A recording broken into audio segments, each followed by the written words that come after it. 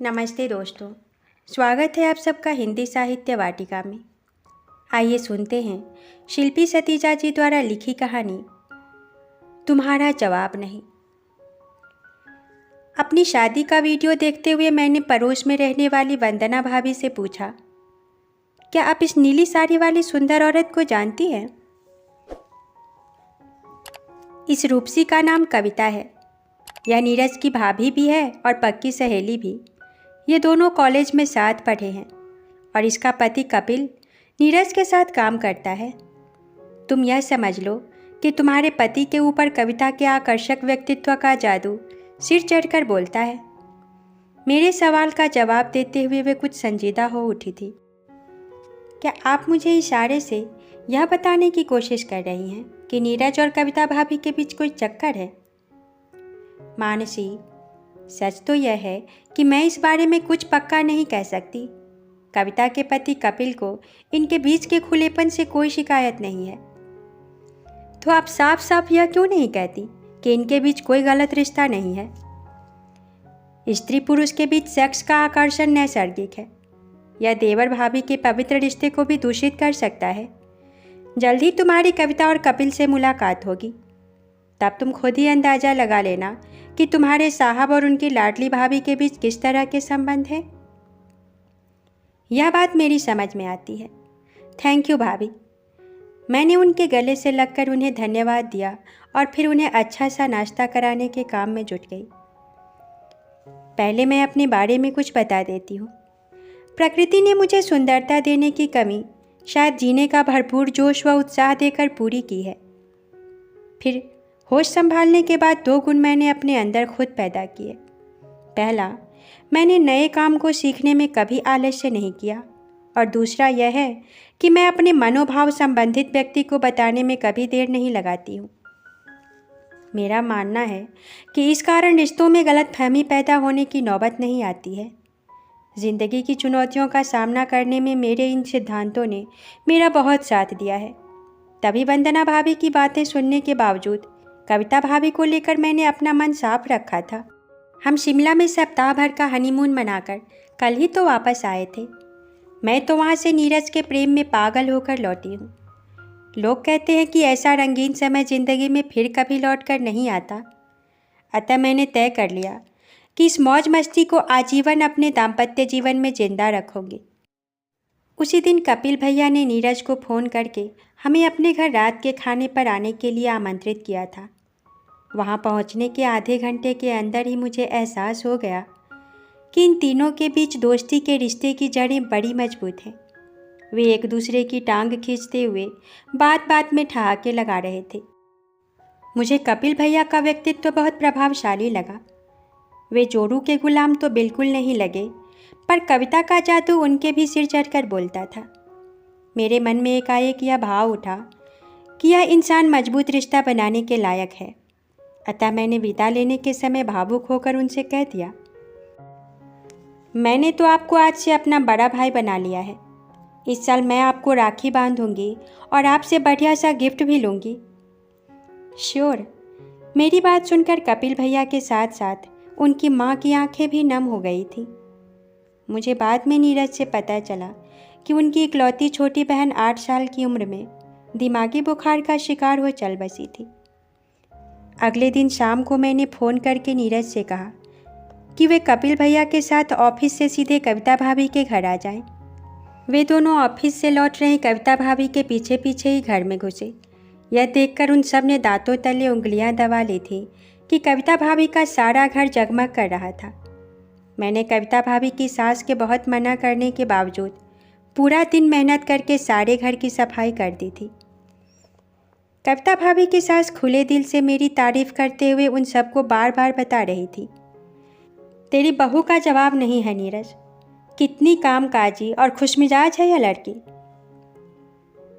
तुम अभी नई दुल्हन हो और वैसे भी ये सब तुम्हें नहीं करना चाहिए था। कविता भाभी कुछ परेशान और चिढ़ी सी प्रतीत हो रही थी। भाभी, मेरे भैया का घर मेरा मायका हुआ और नई दुल्हन के लिए अपने मायके में काम करने की कोई मनाही नहीं होती है। अपनी कामकाजी भाभी का घर संवारने में क्या मैं हाथ नहीं बटा सकती हूँ? उनका दिल जीतने के लिए मैं खुलकर मुस्कुराई थी। थैंक यू मानसी, मैं सबके लिए चाय बना कर लाती हूँ, कहकर औपचारिक से अंदाज में मेरी पीठ थपथपाकर वे रसोई की तरफ चली गई। मुझे एहसास हुआ कि उनकी नाराज़गी दूर करने में मैं असफल रही हूँ, लेकिन मैं भी आसानी से हार मानने वालों में नहीं हूँ। उन्हें नाराज़गी से मुक्त करने के लिए मैं उनके पीछे पीछे रसोई में पहुँच गई। आपको मेरा यह सब काम करना अच्छा नहीं लगा ना? मैंने उनसे भावुक होकर पूछा। घर की साफ सफाई हो जाना मुझे क्यों अच्छा नहीं लगेगा? उन्होंने ज़बरदस्ती मुस्कुराते हुए मुझसे उल्टा सवाल पूछा। मुझे आपकी आवाज़ में नापसंदगी के भाव महसूस हुए, तभी तो मैंने यह सवाल पूछा। आप नाराज़ हैं तो मुझे डांट लें, पर अगर जल्दी से मुस्कुराएंगी नहीं तो मुझे रोना आ जाएगा। मैं किसी छोटी बच्ची की तरह से मचल उठी थी। किसी इंसान के लिए इतना संवेदनशील होना ठीक नहीं है मानसी। वैसे मैं तुमसे नाराज़ नहीं हूँ। उन्होंने इस बार प्यार से मेरा गाल थपथपा दिया तो मैं खुशी जाहिर करते हुए उनसे लिपट गई। उन्हें मुस्कुराता हुआ छोड़कर मैं ड्राइंग रूम में लौट आई। वे जब तक चाय बनाकर लाईं तब तक मैंने कपिल भैया और नीरज को अगले दिन रविवार को पिकनिक पर चलने के लिए राजी कर लिया था।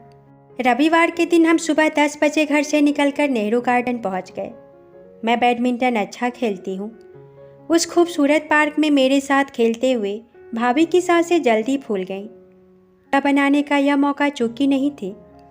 भाभी, आप अपना स्टेमिना बढ़ाने व शरीर को लचीला बनाने के लिए योगा करना शुरू करो। मेरे मुंह से निकले इन शब्दों ने नीरज और कपिल भैया का ध्यान भी आकर्षित कर लिया था। क्या तुम मुझे योगा सिखाओगी? भाभी ने उत्साहित लहजे में पूछा। बिल्कुल सिखाऊंगी। कब से? अभी से पहली क्लास शुरू करते हैं। उन्हें इनकार करने का मौका दिए बगैर मैंने कपिल भैया व नीरज को भी चादर पर योगा सीखने के लिए बैठा लिया था। मुझे योगा भी आता है और एरोबिक डांस करना भी। मेरी शक्ल सूरत ज़्यादा अच्छी नहीं थी, इसलिए मैंने सजना संवरना सीखने पर कम और फिटनेस बढ़ाने पर हमेशा ज़्यादा ध्यान दिया। शरीर में गर्माहट लाने के लिए मैंने उन्हें कुछ एक्सरसाइज करवानी शुरू कर दी। तुम अपने रंग रूप को लेकर इतना टची क्यों रहती हो मानसी? कविता भाभी की आवाज़ में हल्की चिढ़ के भाव शायद सब ने ही महसूस किए होंगे। मैंने भावुक होकर जवाब दिया। मैं टची नहीं हूँ, बल्कि उल्टा अपने साधारण रंग रूप को अपने लिए वरदान मानती हूँ। सच तो यही है कि सुंदर ना होने के कारण ही मैं अपने व्यक्तित्व का बहुमुखी विकास कर पाई हूँ, वरना शायद सिर्फ सुंदर गुड़िया बनकर ही रह जाती। सॉरी भाभी, आप यह बिल्कुल मत समझना कि मेरा इशारा आपकी तरफ है। आपको तो मैं अपनी आइडल मानती हूँ। काश कुदरत ने मुझे आपकी आधी सुंदरता दे दी होती तो मैं आज अपने पति के दिल की रानी बनकर रह रही होती। अरे मुझे क्यों बीच में घसीट लिया? और कौन कहता है कि तुम मेरे दिल की रानी नहीं हो? नीरज का हड़बड़ा कर चौंकना हम सबको जोर से हंसा गया। वह तो मैंने यूं ही डायलॉग मारा है। और मैंने आगे बढ़कर सबके सामने ही उनका हाथ चूम लिया। वह मेरी इस हरकत के कारण शर्मा गए तो कपिल भैया ठहाका मारकर हंस पड़े। हंसी से बदले माहौल में भाभी भी अपनी चिढ़ भुलाकर मुस्कुराने लगी थी। कविता भाभी योगा सीखते हुए भी मुझे ज़्यादा सहज व दिल से खुश नज़र नहीं आ रही थी। सबका ध्यान मेरी तरफ है, यह देखकर शायद कविता भाभी का मूड उखड़ सा रहा था। उनके मन की शिकायत को दूर करने के लिए मैंने तब कुछ देर के लिए अपना सारा ध्यान भाभी की बातें सुनने में लगा दिया। उन्होंने एक बार अपने ऑफिस व वहाँ की सहेलियों की बातें सुनानी शुरू की तो सुनाती ही चली गई। जल्दी ही मैं उनके साथ काम करने वाले सहयोगियों के नाम व उनके व्यक्तित्व की खासियत की इतनी सारी जानकारी अपने दिमाग में बैठा चुकी थी कि उनके साथ भविष्य में कभी भी आसानी से गपशप कर सकती थी। आपके पास बातों को मज़ेदार है। आप किसी भी पार्टी की रौनक बड़ी आसानी से बन जाती होंगी भाभी। मेरे मुंह से निकली अपनी इस तारीफ को सुनकर भाभी का चेहरा फूल सा खिल उठा था।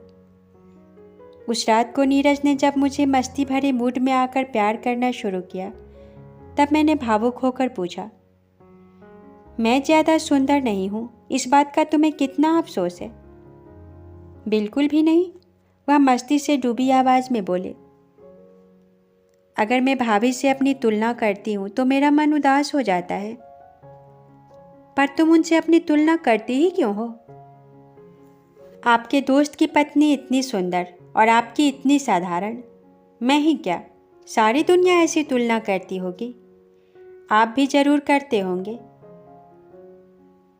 तुलना करूं तो भी उनके मुकाबले तुम्हें 21 ही पाता हूं। यह बात तुम हमेशा के लिए याद रख लो डार्लिंग। सच कह रहे हो? बिल्कुल।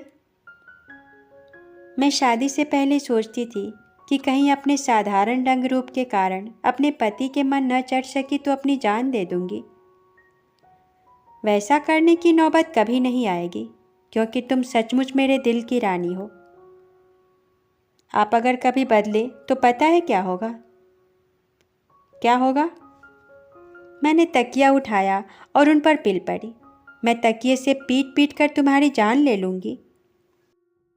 वह पहले तो मेरी हरकत पर जोर से चौंके, पर फिर मुझे खिलखिलाकर हंसता देख उन्होंने भी फौरन दूसरा तकिया उठा लिया। हमारे बीच तकियों से करीब 10 मिनट तक लड़ाई चली। बाद में हम दोनों अगल बगल लेटकर लड़ने के कारण कम और हंसने के कारण ज़्यादा हाँफ रहे थे। आज तो तुमने बचपन याद करा दिया स्वीटहार्ट। You are great. उन्होंने बड़े प्यार से मेरी आंखों में झांकते हुए मेरी तारीफ की। तुम्हें बचपन की याद आ रही है और मेरे ऊपर जवानी की मस्ती छा गई है। यह कहकर मैं उनके चेहरे पर जगह जगह छोटे छोटे चुंबन अंकित करने लगी। उन्हें ज़बरदस्त यौन सुख देने के लिए मैं उनकी दिलचस्पी व इच्छाओं का ध्यान रखकर चल रही हूँ। अपना तो यही फंडा है कि अलर्ट होकर संवेदनशीलता से जियो और नए नए गुण सीखते चलो। मेरी आजीवन यही कोशिश रहेगी कि मैं अपने व्यक्तित्व का विकास करती रहूं, ताकि हमारे दाम्पत्य में ताजगी व नवीनता सदा बनी रहे। उनका ध्यान कभी इस तरफ जाए ही नहीं कि उनकी जीवन संगिनी की शक्ल सूरत बहुत साधारण सी है। वे होठों पर मुस्कुराहट, दिल में खुशी व आंखों में गहरे प्रेम के भाव भरकर हमेशा यही कहते रहे, मानसी तुम्हारा जवाब नहीं। धन्यवाद। आशा है कि यह कहानी आप लोगों को पसंद आई होगी। इस कहानी और वीडियो के संबंध में अपने विचार और सुझाव अवश्य भेजिएगा। शुक्रिया।